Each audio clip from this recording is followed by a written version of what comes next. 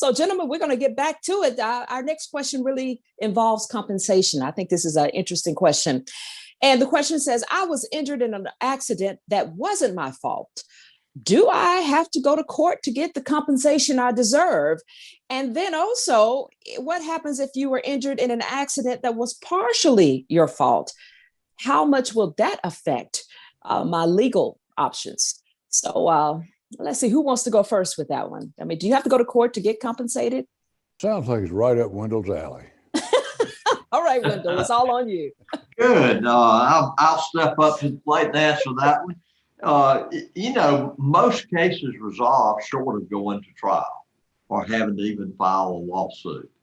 But you need to be prepared to file one to get full compensation. And if you don't go to a lawyer that won't file a lawsuit, then you aren't going to get compensation. I mean, the insurance company has to know that the lawyer they're dealing with on the other side is willing to file a lawsuit. Probably what, Carl, 75% of our claims resolve without necessity of filing a lawsuit? Yeah, and again, that just depends on so many things. I mean, in the normal course of events, as Wendell says, a client comes in, they've got a certain level of injury and there's clear liability.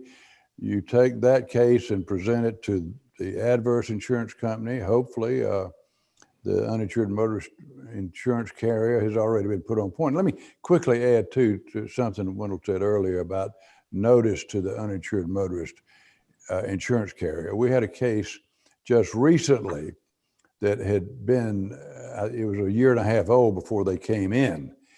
And each the plaintiff and the defendant had State Farm insurance. The wreck was a pretty unusual wreck. They were two friends riding motorcycles, and they had been on a tour of the country, and they were in Chicago, Illinois. The plaintiff, that is our client, was the lead motorcycle, and they were coming off of an exit ramp, and he stopped at a traffic control device.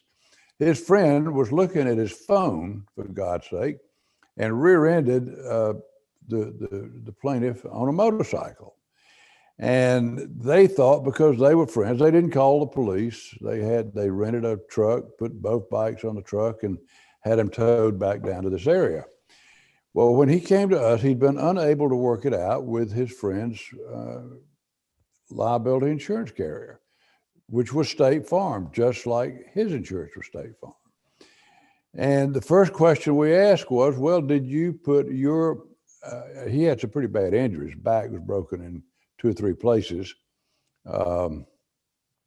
Did you put your uninsured motorist insurance on notice?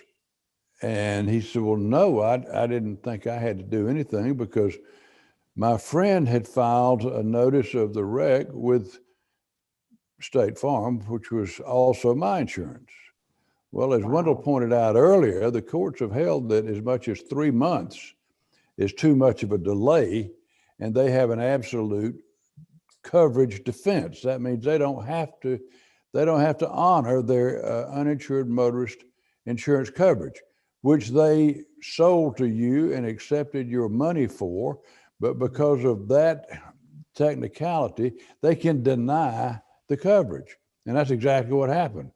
And so we, of course, did some research on it and thought, well, maybe if his friend filed a notice of the wreck with the insurance company, which was the same insurance company as our client had, it would satisfy that need. Well, under the law, it doesn't.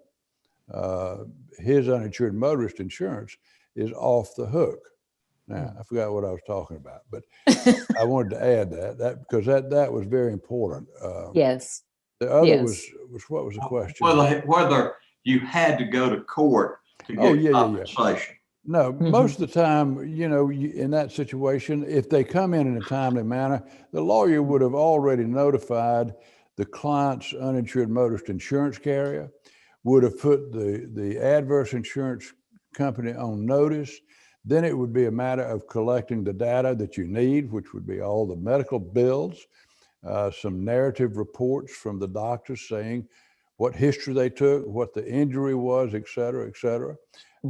Maybe documentation from their place of employment as to how much they lost in the way of wages. You get all this information together. Then you basically kind of rely on your experience in handling similar claims, and you go to the insurance company with a demand. Insurance company will look at it and come back, hopefully, with an offer. There was a part to that question about what if they were partially at fault. That's a whole nother discussion. But in that process, most of the time, I don't know if it's 75%, I think that was kind of spontaneous, but most of the time, a settlement will be worked out without a suit even being filed.